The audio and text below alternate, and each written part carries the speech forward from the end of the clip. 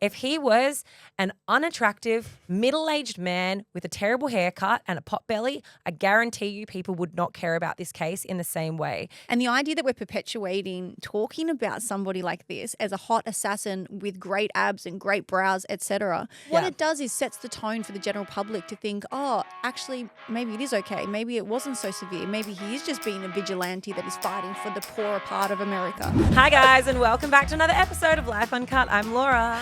I'm Brittany, and Laura just said, guys, I've got something I'm going to start with. Trust me on it. Trust me. I can't wait to hear this one. It's too much information. I'm going to start a low and then end on a high. No. You know how sometimes you talk about how you're really proud of your former self? Like, you know, you'll say, I'm so proud of past Laura for doing this. I've never said that about myself ever. You don't talk to yourself like that? I'm proud of you, Brittany. No, I don't. Really? Anytime I organise anything, I'm in the future, I'm like, oh, I'm so proud of past me for doing that. It made my life easier. Oh, I'm not proud of myself internally, which is weird. Okay, hang on. Okay. We're taking a segue. If I do something that helps my future self and makes my life easier in the future, something that was didn't really take a lot of time and effort, but you always put it off, and then finally when you do it, it's annoying because you've left it too late. For example, parking fines. If I actually pay it on time, I don't have to then overpay it, but I usually forget, and then my future self is mad at my former self because I'm now paying a penalty fee. This is not, I wish that this was a happy story. I wish I could say I'm so proud of my yesterday self for what my today self is experiencing, but it's the opposite because yesterday self ate a sandwich that has onions on it, and I hate onions. And you want to know what I'm experiencing right now? All I can smell is onions in my microphone. And that's Are you sure my it's day. in your microphone and not coming out of your breath? No, it's not. It's the morning. I've had nothing except cleaned, beautifully sparkly teeth today. No, it is, my microphone smells like yesterday's onions. I hate raw onion. And I also have really heightened sense of smell. That's so smelly. I love to smell. I have a really heightened sense of smell because I'm pregnant. So now all I can smell is yesterday's onions. I hate myself. My smell has gone down the gurgler. Lucky, because I can't smell anything, which means I can't smell myself, which is bad. But since I got COVID, I got really bad COVID, went to hospital with it. And I cannot smell since then.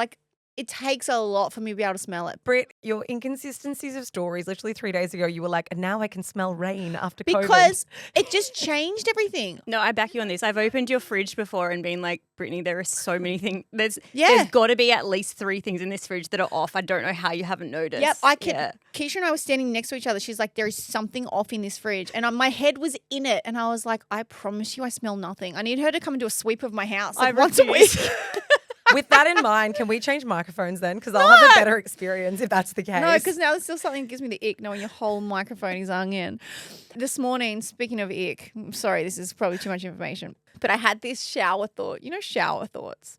No. Yeah, you get in the shower and that's where you do your best thinking. Well, this wasn't my best thinking, but I was led down a path where I almost thought I didn't have a choice. And I realized that there is a new friend test. It's who do you call when you're in trouble? Who would that person be? And now this has happened on Sex and the City. But I have my period at the moment. You guys know I use a menstrual cup. And I don't know what it is, but I have the heaviest period I've ever had. I don't know if it's a stress thing. My mouth is full of ulcers from stress. I don't know what's happening to my body, but it was insane. Anyway, this has never happened in all the time I have used my period cup.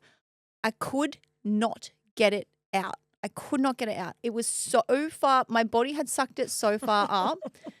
I was in every position you could imagine, on all fours, one leg up, on the ground, on my back, bearing down to try and push it out. To birth your period cup. And I couldn't get it. I was trying to swivel it. I was trying to move my body to move it on the inside like you're trying to turn a baby. I couldn't breathe. I was puffing so hard. And I was like, what am I going to do? And I was like, I'm going to have to call Keeshia. Why would you call it? Can I just say, out of the both of us? I know where you'd call me. Could you do it? I think even we have reached the line. No, I would drive you to hospital before I would do it myself. No, wouldn't you I even thought I had gloves under the sink. I've got gloves. I could get her to put the gloves on. I Keeshia, thought you'd do it. She doesn't make sense. She's got the smallest fingers out of everyone in the room. That's She's what not you even need. going to reach it. Small hand. Wait, hands. I would be trying to use a pair of tweezers or something. You're going to put tweezers in my instruments. No, you are not. No, I think it's a finger job. It's Sorry. a finger job. If you need to finger your boss, Keeshia, that might really overstep the HR in this place. But if there's a job that's got to be done, Keeshia will do it. So, Keeshia, if we could stop down now and you can dream in the bathroom. Just cock a leg up. did think, I wonder if she would do it. If it was life or death, Well, it could be. obviously that would probably, and I am good in a crisis. Sadly, I've been in a couple, but few, but I've noticed that I'm quite good in those crises. I'm very logical and very pragmatic and I don't get too emotional in them, but that one might. Do you know why? Because it's not happening in the moment. I think I'd be able to do that for a stranger more than what I'd be able to do, because I'd have to look at you later. You see me naked all the time. I've had to, not by choice. I've been in the sometimes. room for I was about to say for 3 births. That's not true. I've been in the room for more than that since I was in the room for my own. But I reckon I'd be fine in that crisis. Okay, so maybe I got it wrong. Maybe you need to Laura's- delegate to Laura. I'm offended I wasn't at the top of the list, but that's okay. You only weren't because I thought you'd be too busy. Like Keeshia was more available. I was packing school lunches, so it would have been a tricky Laura call. being like, I've got to head out. Putting Did you hands get in it the out though? Eventually I did, but it Okay. was like, I don't know how I got it out. Dire straits. It was really dire straits, but I'm actually, I don't know. I would have done it for you, Keish, so I'm a bit put off. But I really expected that conversation to go differently. I thought you'd be like, yeah, I'd do it for you. I mean, it might be surprising to everyone, but we actually have big things to talk about today since we really started off where we did. It was Brittany's hens party on the weekend. I had so much fun. Yay! I had so much fun, and my word, did anyone pray for that weather? Because it was like Baltic the day before, pouring down with rain. It was a summer day on the Saturday, and then the Sunday back to freezing cold winter. The skies opened up. The tarot reader that I got the night before did tell me it was raining, storming, and she did say, you have a lot of luck around you. And then we woke up to clear skies. So I reckon she put that on me, the tarot reader. She did give me some stones as well that said, well, like good luck stones. So I reckon there was a lot in it. No, we had the hens. It was amazing. It was everything that I wanted because I mean, you guys, this shouldn't come as a shock. I have said it on the podcast before. I'm not a huge partier. I don't want to go out shotting. I don't want to party to 5 a.m. Like, that's my worst nightmare. But you do want to get in a stretch limo sober at 8 p.m. at night. But a with stretch fluoro- limo, with lights down the ceiling and Taylor Swift absolutely blaring. Yeah, no. So we had the most perfect day. All I wanted was like to send it in the day for a couple of hours and then like be home having tea at 9. And we were home having tea at 9. But I mean, I'm 37, where all my friends are about the same age, like give or take a couple of years. Some are a bit older, some are a bit younger. But I think it just comes with age. Half of them are pregnant or breastfeeding, and the other half are like, oh, I can't send it like I used to. Like people just, I don't have a big drinking circle. Everyone's quite like healthy and everyone just wants to sip cocktails for a couple of hours and then call it a day. And it was actually the most tame, semi-sober hens that I think I've ever been to. Yeah, I think that there's this real misconception. I mean, I know that we've joked about it. We didn't have a stripper. That's one thing, guys. I know you've been sitting on the edge of your seat for an update. Will Channing Tatum was busy. But I think that there is a misconception that in order to have like a good hens party or a send-off or a bucks or whatever, that everyone ends up getting absolutely turned, right? And I think that that was my perception in my 20s as well. It certainly wasn't my experience of my hens. Like we were all back at the Airbnb drinking tea as well at like 9 o'clock at night, which sounds in some ways kind of lame. And I understand that. But also, I mean, it kind of, well, it leads us into a big conversation that we want to have around sober curious. And the reason for that is because so many people at your hens, Britt, actually don't drink. Like Mitch doesn't drink. Keeshia, you don't drink.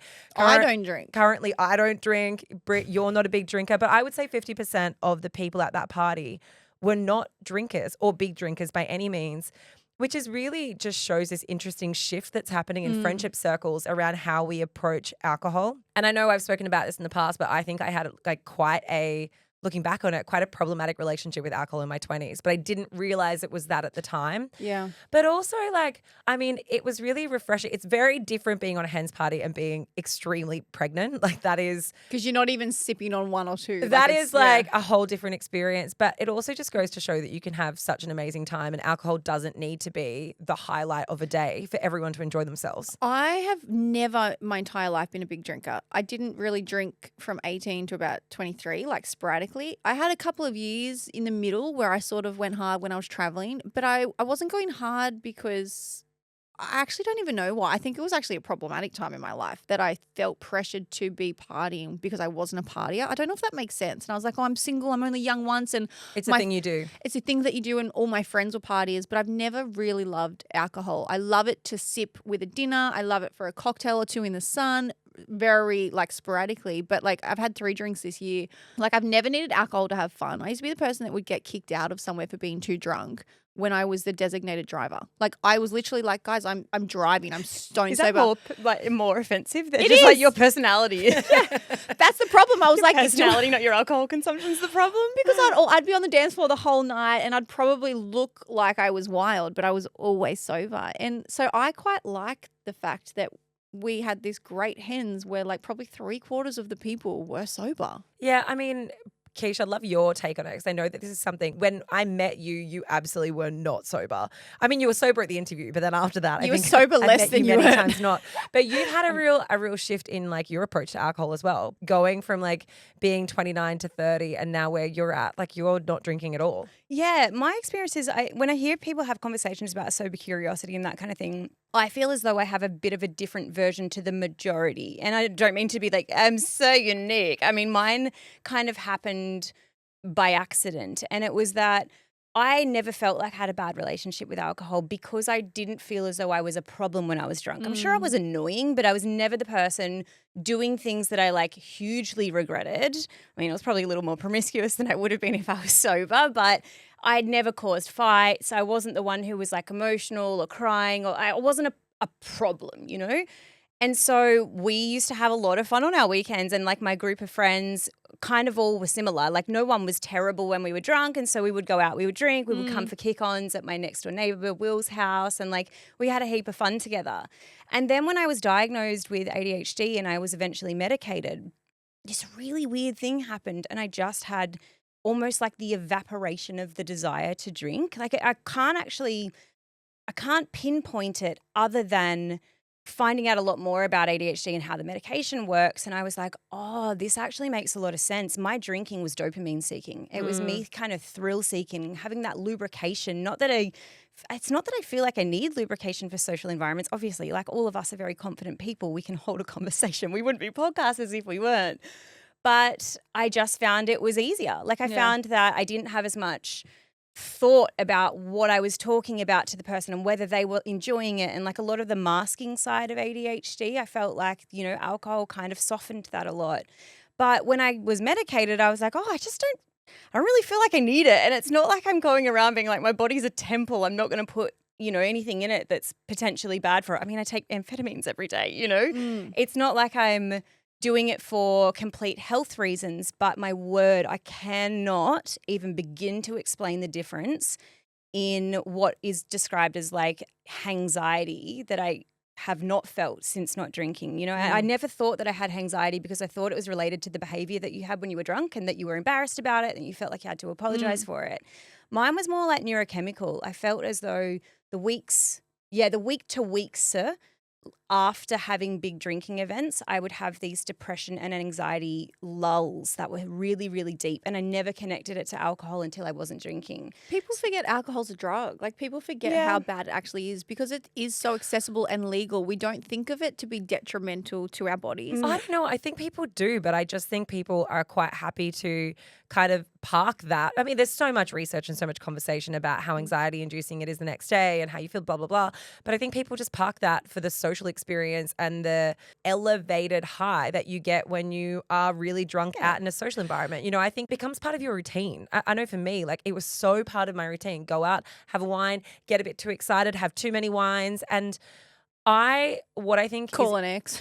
literally end up at the You house, up. wake up the next day with even worse anxiety because I'm in the bed. You're like, fuck. No, but I mean, from my experience, and the reason why I find this really quite interesting is because like we've been doing this podcast for 6 years. Alcohol has come up as a conversation throughout the 6 years. We've talked about mummy wine culture. We've talked to people who have had addiction issues with alcohol. We've talked about people who drink probably too much from a social perspective. But I would say over the last 6 years, my opinion has changed quite a bit. And also so many people from my friendship group have become sober. This is actually backed in research. I was listening to a podcast a couple months ago, and the stock prices of huge alcohol companies, the biggest ones in the world, they were down by, and I'm trying to remember this exactly, so please don't take this as a quote, it was about 13%. Which is fascinating. It's huge. But I think for myself, and I look back on my 20s, and I didn't have the clarity of this at the time. And I know you say like we're all really big personalities and we can hold a conversation and we're fine in social situations. I think I drank because I think it gave me an elevated sense of confidence. I think I felt as though I fitted into social environments, especially like at nighttime or if it was dinners or it was like in big groups. I felt like I fitted in and I was more fun to be around if I was drunk. Like, and I would never know or quite know my limit, especially with white wine. That was my kryptonite. But I, obviously since having kids, being pregnant really puts a spanner in the drinking works, but I'm not drinking at all at the moment. And with every child I've had, and also with the longer duration that Matt and I have been together, because Matt doesn't drink, he drinks very, very sporadically. That has had an impact on me as well. And I find that it's become less and less something that I rely on or less and less something that I need at all. But you're absolutely a product of your environment. And this saying of like you are the product of the 5 people that you're around, it's so true. And when I say I went through that phase of drinking, it was like when I was living in Europe and everyone around me drank. That's what you did. And if you didn't do it, you didn't really get to do anything. Like if you didn't go out with them and party, that's just what they did. So you start doing that. And now the product of my environment is like 30 women on a boat that almost no one drinks. And I think you end up finding your people. I also have never dated a drinker. Like everyone that I've dated, not by choice, happens to have not been a big drinker. That's interesting. Well, I mean, like Ben and Jordan were athletes or are athletes, so they would maybe drink in their off season, but that's 99% of the year.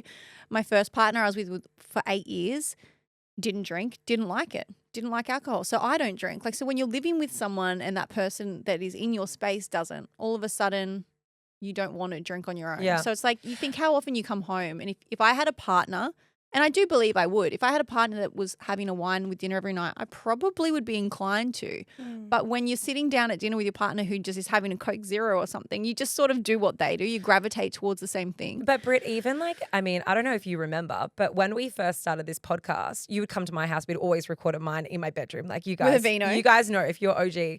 And I would always crack a bottle of wine. Like almost every record, I would have a glass of wine to record the pod. I mean, maybe don't go back and listen to the first episodes or do a comparison. But for me, it was such a standard part of almost every evening I would have wine. And Matt grew up in a household with an alcoholic and that's really impacted his approach to alcohol. He doesn't have a problem with me having drinks because I don't overconsume. You're non-alcoholic. But in the same time, it's like, it's actually not as fun to do on your own. When you realize that you're just cracking a bottle of wine to have glasses by yourself, there kind of comes a point, not for everyone, but for me, there was this real come to Jesus moment where I was like, I actually don't need this and I don't feel great in the morning. So why am I doing this? But I would be so interested to know from like you guys, the lifers, have you seen a shift in your friendship groups? Have you seen a shift in your own behavior? Is it something that like, are we in a little isolation bubble here because it's what our friends are doing and it's kind of like what has changed over the last 6 years of our life? Or is this something that's playing out around you as well? Yeah. And don't get me wrong, I do love a wine. I really enjoy a wine. But just one, sometimes. Nice Sangiovese. Yeah. Oh, Chianti, Perfect. Pinot, you name it. But it's an interesting social experiment that we inadvertently conducted on the weekend at my hens party because out of, I think, 25 women, yes, there were some people that were pregnant, so we'll take them out. But the people that sent it, the people that actually sent it and got loose were the mums. They were all the mums that were like, and I don't know what that means. Yeah. I don't know if it means like. Probably their first time that they've been able to have a bit of a weekend away in a long time. I think no it judgment. really, I mean, no judgment, but I think it definitely does show like mummy wine culture is rife. Like just help, SOS. There is this feeling of like once you have stopped breastfeeding or when you get a night off, like there is this liberation feeling that I think a lot of mums definitely feel. And I would say like the most hungover I have ever been in my 30s was after I'd finished breastfeeding and then I drank for the first time. And I think we went out for the podcast awards and I literally could not get out of bed the next day. I had to call. No, you cancelled the interview. I cancelled an interview. I cancelled work. I had to call a babysitter to take care of my kids because I was so unwell. I think it was just like this feeling of like wanting to grab onto my old self, wanting to grab onto something that made me feel like I wasn't a mum and I was the old version of me for a moment. I think it also leans into the fact that those nights a few and far between Yeah. that you even have the option to go out. And I Totally. know my friends that did send it that were mums, there's not a lot of times that they actually get a weekend away. So they were like, it's now or never. So let's just do it. But I do want to recommend anybody that is having a hens party, there is a company and a website that we use. I say we. I didn't want to have a hens if anyone had to plan it for me. Like that was my thing. Planning a hens has got to be one of the worst jobs in the world. Like no one wants that responsibility. Nobody enjoys it. I don't care if you say you do. No one is enjoying planning somebody else's hens night for like 30 people. And so I found this company called My Ultimate Hens, which is like, have a look at it. It is a one-stop shop where there are so many different packages of things that you can do with accommodation, drinking, restaurants, bars, boats, tarot reading, like whatever. There's pre-made packages that are actually so well priced. You will never be able to plan a hens for the price that they put these packages together. You can also design your own packages, which is what I did. So my package isn't on there. I sort of just like added different things together, but they just do everything for you. And so I sort of started to put this together and with the company until Keeshia saw in my diary that I had that you were planning your own. I was hens planning my party. own I was like, hens. this is grim.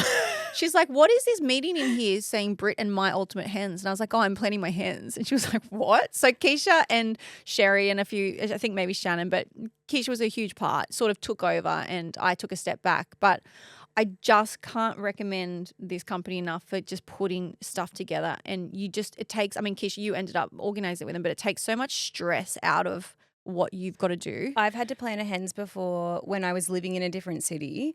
And obviously, like, some people are really good planners. They're the person that if you go on holidays with them, they're the itinerary people, right? That's my They're the sister. they're the ones who are so happy because then they get a bit of control and they can relax because they know what they're doing.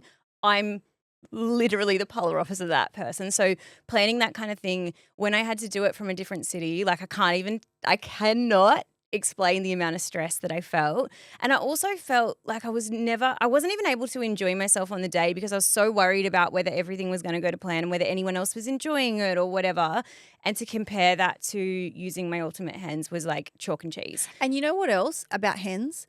The person that plans it, they always end up paying more. Like you always end up getting lumped with extra costs and it's just not fair for people. Like anyway, it's not even my vibe of the week. It's just a recommendation for anyone having a hens party. Yeah. I had the best. I actually, Britt, I'm so glad that the day went exactly the way it did. I wouldn't change a single thing. I had so much fun. It was so nice to be around the people that like you've been friends with since you were a kid. And it was nice having conversations with them because you know, and you've been really open on the podcast about the fact that you were one of the later ones to find a partner and get married. And there was a time where you were like, I just don't know if this is ever going to happen for me.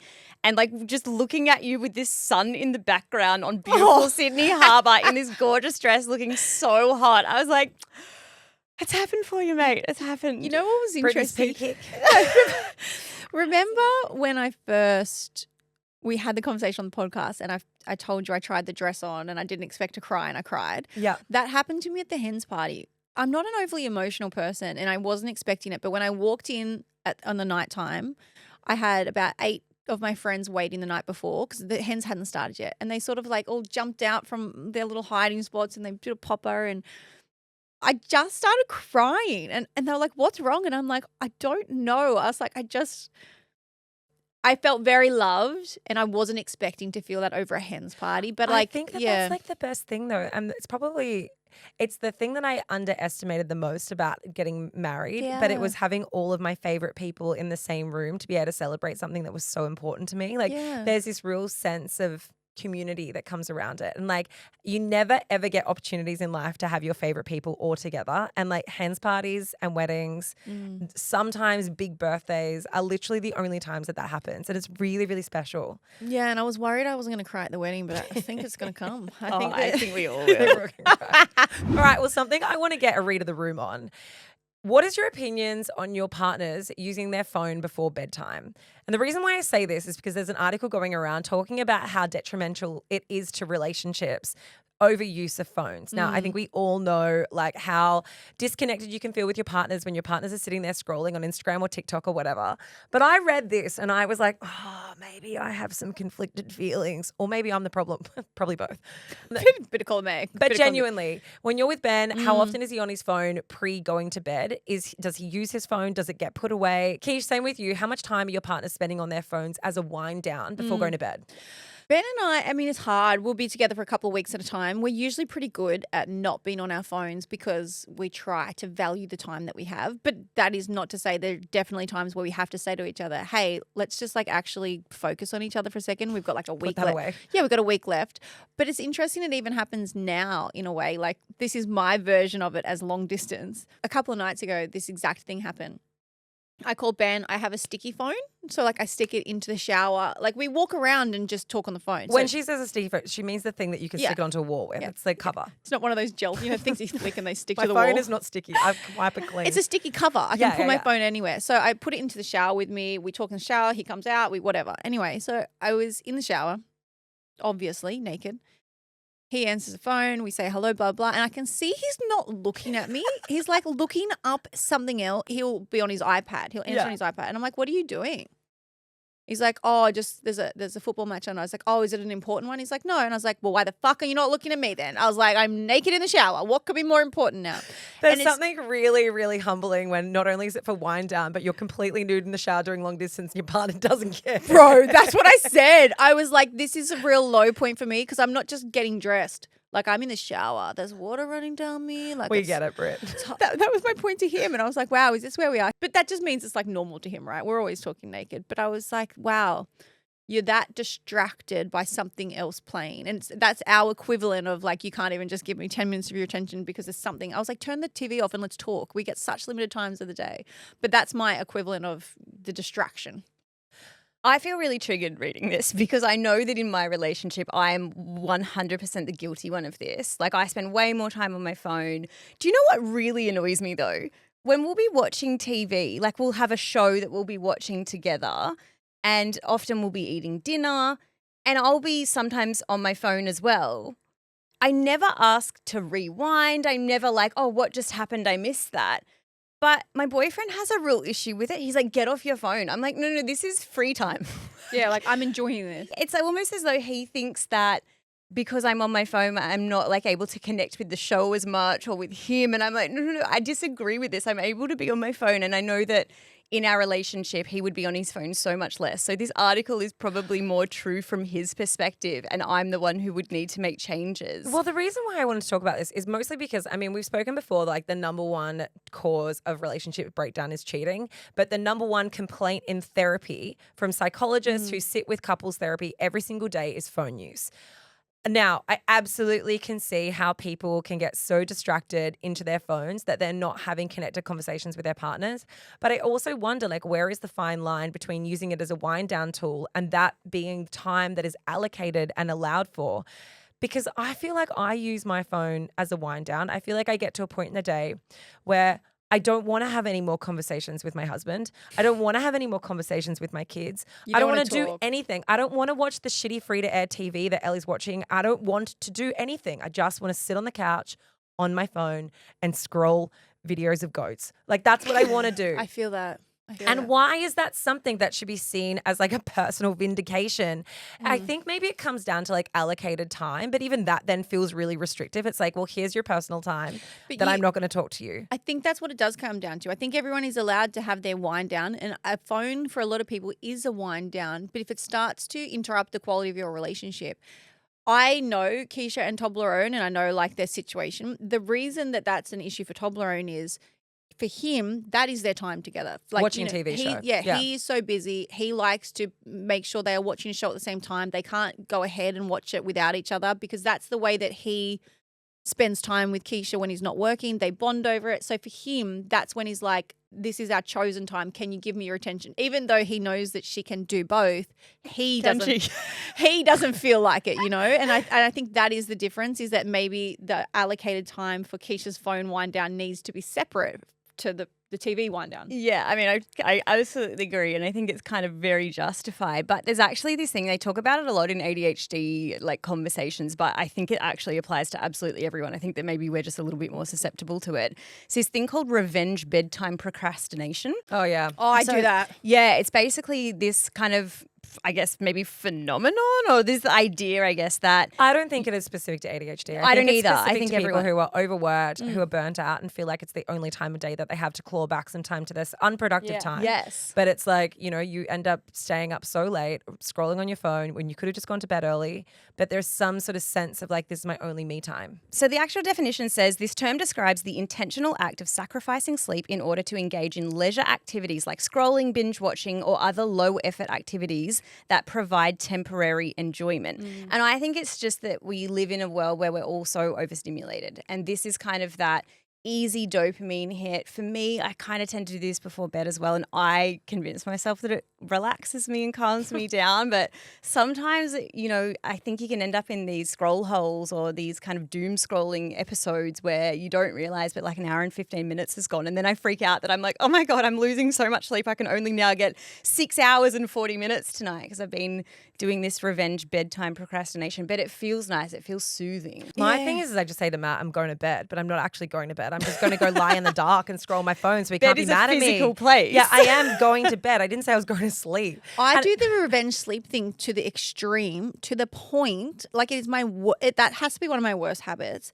I will do it to the point that I physically cannot keep an eye open anymore. There is no way you could give me $1 million to say, oh wait, that's how I do it. To the last, if you're looking at me on the video, to the last like blink, and then the phone goes down and then I drift off. I don't know why I push myself to the limit. Yeah, I don't know. I mean, coming back to this conversation around how it like affects relationships, I think it's twofold. I think on one hand, there are absolutely relationships where partners are on their phones too much. That's a whole different kettle of fish, especially if it's affecting your ability to have conversations. If you're talking to your partner and they can't even hold a conversation because they pick up their phone midway. Like we've all experienced that. We've all been trying to have a conversation and then they've gotten distracted, picked up their phone, and they're not actually listening to the stuff that we're saying. It's also worse when you see that the finger is moving because you know that it's just scrolling Instagram. You're not even paying you're not paying a bill. That type of distracted multitasking can be absolutely infuriating.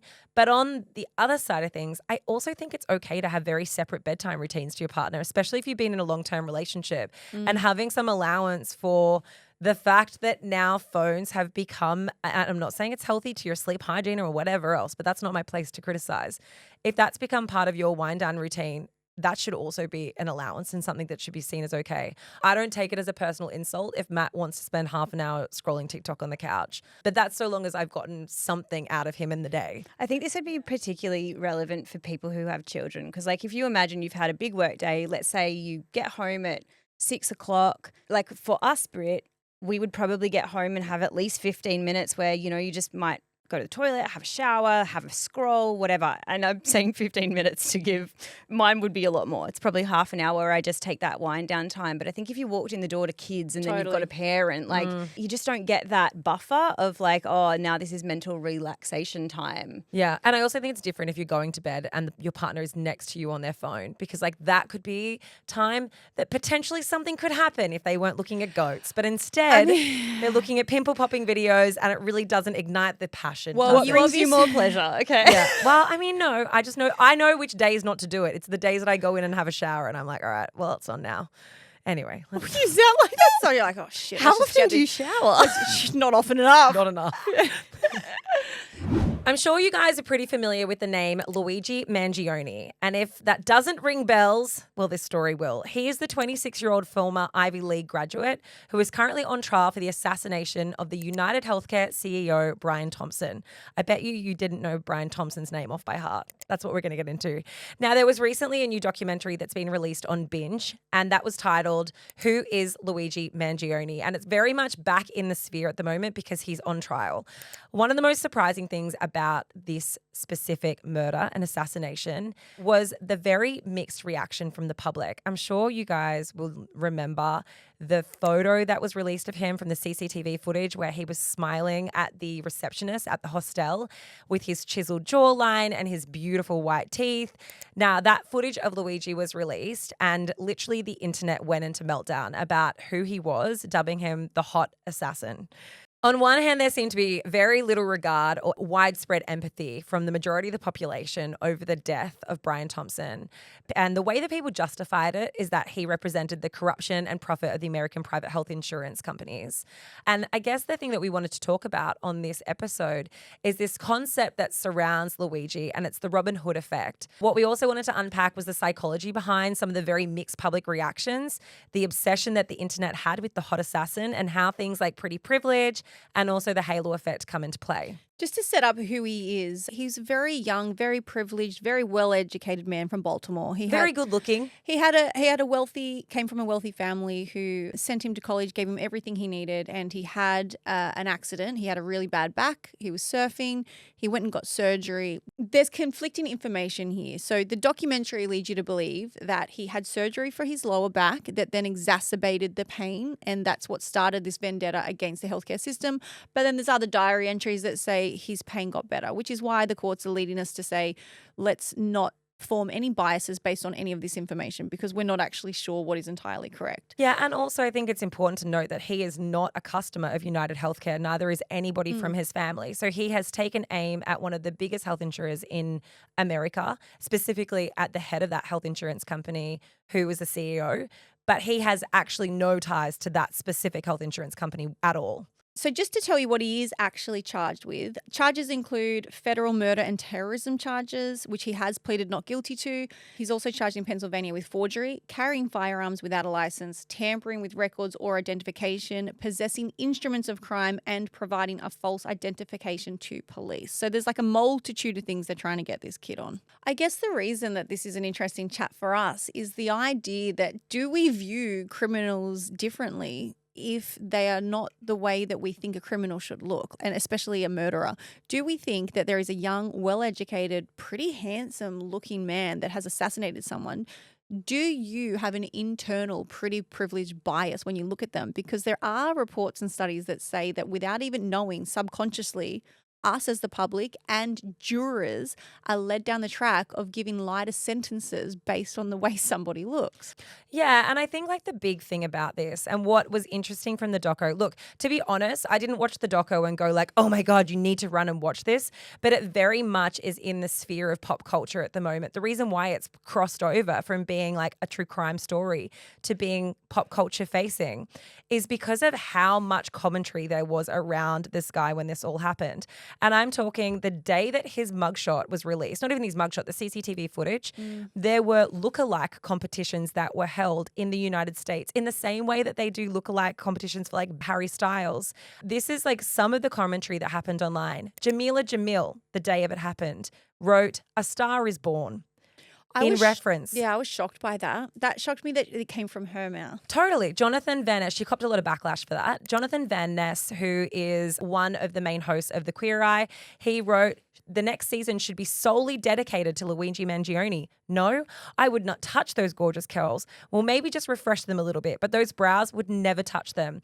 Following on from that, there were people who wrote things like, "This needs to be the new norm," posted one ex-user. "Eat the rich" were some of the other comments, and things like, "I hope that the UHC CEO shooter is never identified and goes on to become a hero of American folklore for hundreds of years." Well, Stephen Colbert, who's like a late night comedian, he even said, you know, the guy's Italian because you could grate parmesan on those abs. And the idea that we're perpetuating talking about somebody like this as a hot assassin with great abs and great brows, etc., even if they don't intentionally mean to and they're capitalizing on a moment to make a little bit of humor. Like a meme, you mean? Well, what it does is sets the tone for the general public to think, oh, actually, maybe it is okay. Maybe it wasn't so severe. Maybe he is just being a vigilante that is fighting for the poorer part of America. That is what has absolutely happened because healthcare in America is dire. Like, if you don't know about the healthcare system in America, it is skewed towards the rich. The rich can get what they want, the rich get richer, and the poor are left without healthcare, basically. So Americans, and I guess the people around the world, but Americans are looking at him not as somebody that has murdered one person, but they're looking at someone that is standing up to the establishment. They're looking at somebody that is coming up and standing up for the little people and for the poor people and doing what everyone wanted to do but no one could ever have the guts to do. So all of a sudden, Brian Thompson isn't a person anymore. He's a conglomerate. Yeah, he's the corporation. He's the representative of what is everything wrong with America, and he's being applauded for it. He had over $1 million donated to his fund to keep him out of prison, to help him get the best lawyers from the public. It's pretty insane when you think about it. And when I first read about the case, I want to be honest, I kind of like read the memes. I read the top line story. I was like, he's hot. I didn't really care. I didn't have this deep sympathy either. And I'm not saying that I like sit here with this like overtly emotional response to what has happened, but I think what the reaction is truly fascinating. There's some details that are important around the actual killing itself. It happened like on a main street in Manhattan, so like shot dead on a main street in front of people. On top of that, the bullets that he was shot with had been inscribed with a permanent marker saying delay, deny, defend, which are the hallmarks of what the health insurance companies in the United States are supposed to do. Delay claims, deny claims, defend claims, to try and give out as little health insurance as possible in order to maximize profits. Because at the end of the day, these are all private corporations that all are based and funded around profits. But the thing about this is that talking about him as though he's a Robin Hood vigilante, as we've just established, rather than someone who has been deeply radicalized. Like, this is a man who created a riff-raff gun on a 3D printer, went out in the streets and shot someone dead in the back. Like, it's pretty fucking insane. And I do think that there's many versions of how we manage to kind of gloss over the gory details of someone's crime simply because of the way that they look or how they present. And we find reasons and validations and excuses to say, well, it's not that bad because look at all these things this guy did, where really Brian Thompson was just a CEO of a company, going to work every day. He was a father of children. He was a husband, and he got shot dead on a day that he was supposed to be presenting at a seminar for work. Yeah, and I think when we initially spoke about this and, we touched on, it's pretty privilege. He's hot, he's being treated better. And then as we went into a couple of studies and like what the halo effect actually implies, I've realized that there is this implicit bias that we have whether we realize it or not. There was this one, firstly, for anyone who doesn't know what pretty privilege is, it's kind of that concept that good-looking people have higher moral traits and they benefit in society in almost every way, in the partners that they can get, in the jobs that they can secure.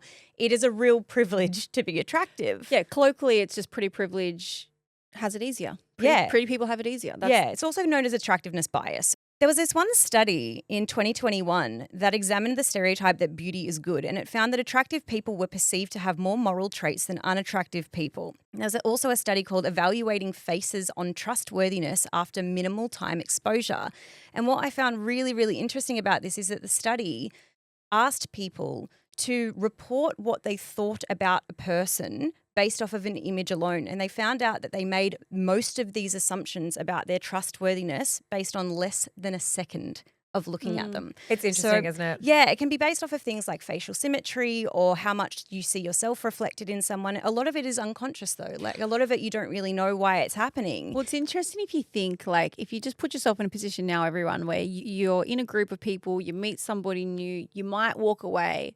How many times have you ever said like, I don't know what it is, but there's something about them I just didn't gel with, or something I didn't like. And that's to do with that initial meeting where you haven't realized, but you've already formulated an opinion based off one thing that might not seem. But I feel like that could be a little bit more spidey senses. Like you can just sometimes get a vibe about someone. I'm speaking about, I think the study found that this happened in 0.3 of a second.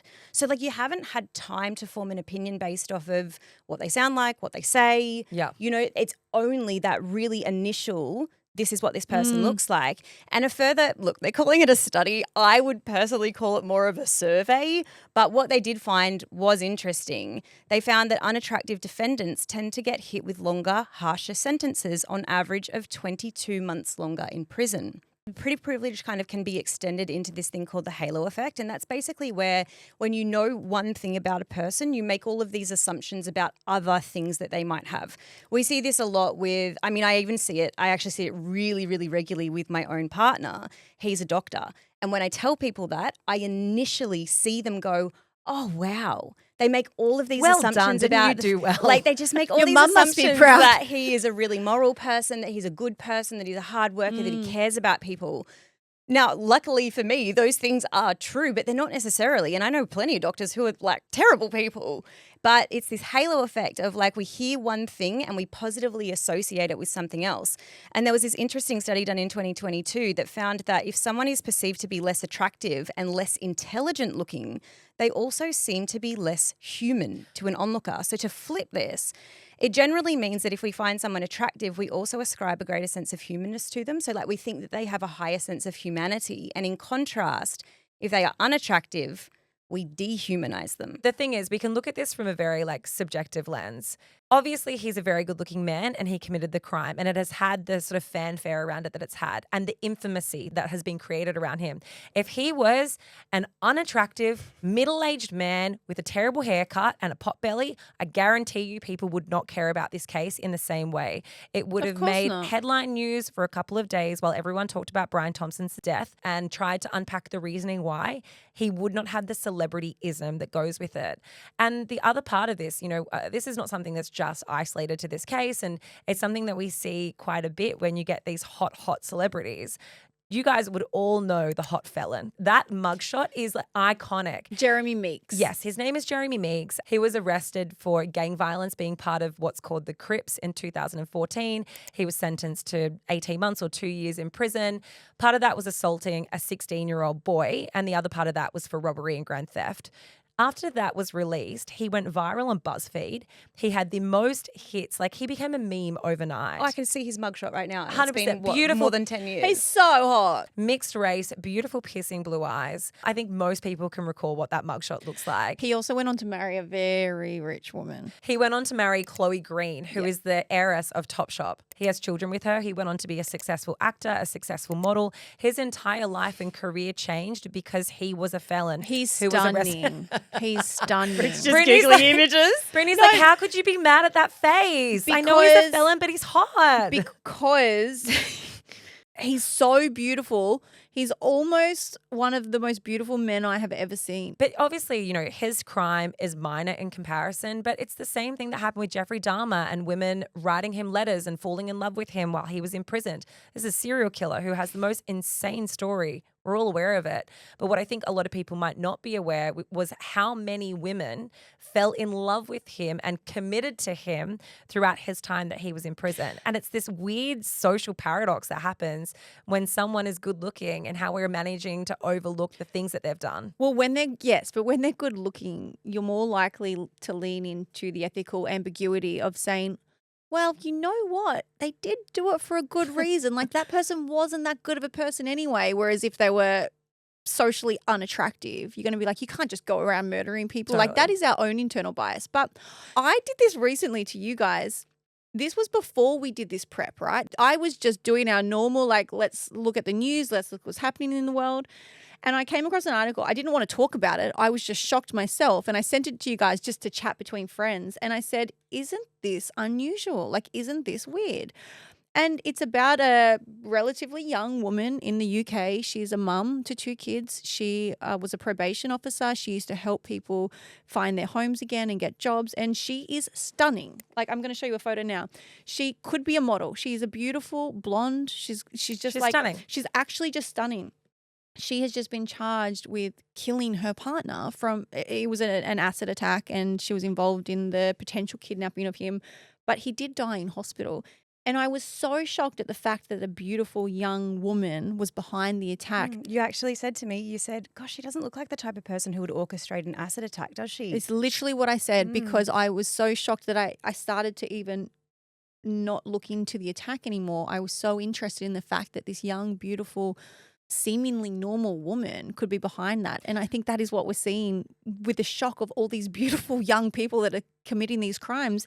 You don't even know you have the internal bias. Yeah, and that is like literally the halo effect in action. And I know that like it's something that we can all, a lot of people can experience it without even realizing that that's what we're doing. But one of the things I found really interesting from the documentary about Luigi Mangione and from all the research that we've done since going down this rabbit hole, I know more about this man than what I care to, is that on the surface level, and like we talked about the Robin Hood effect, on surface level, it looks like it is someone standing up to the corruption of a big industry.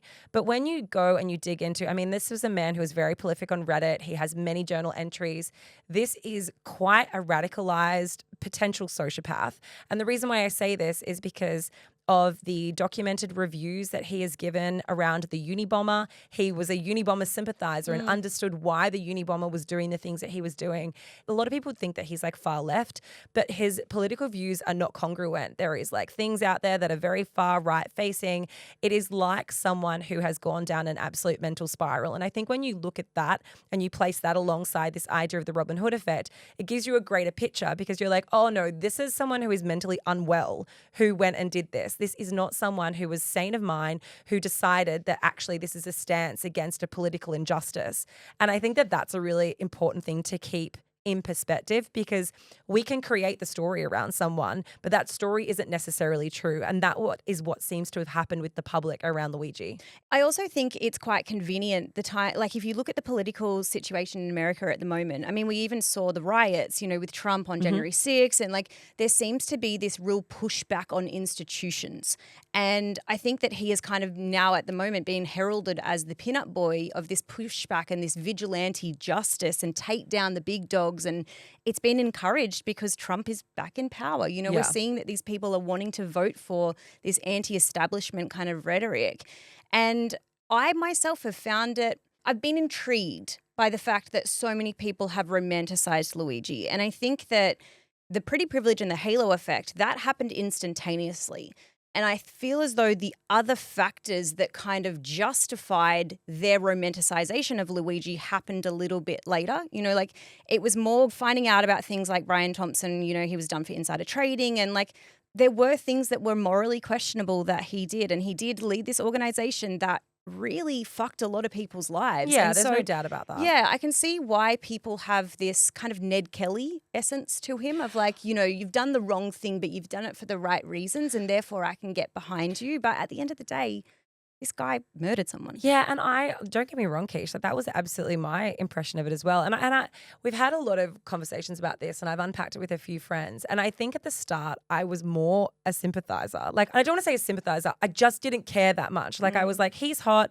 Kind of looked at the memes, thought they were funny. I didn't really process the other side of it. And I think that, it's very easy to get caught up in exactly what we said, the celebrityism, the storyline that's being created and not really think about what happened because the gory details are kind of left in the sideline of the memes.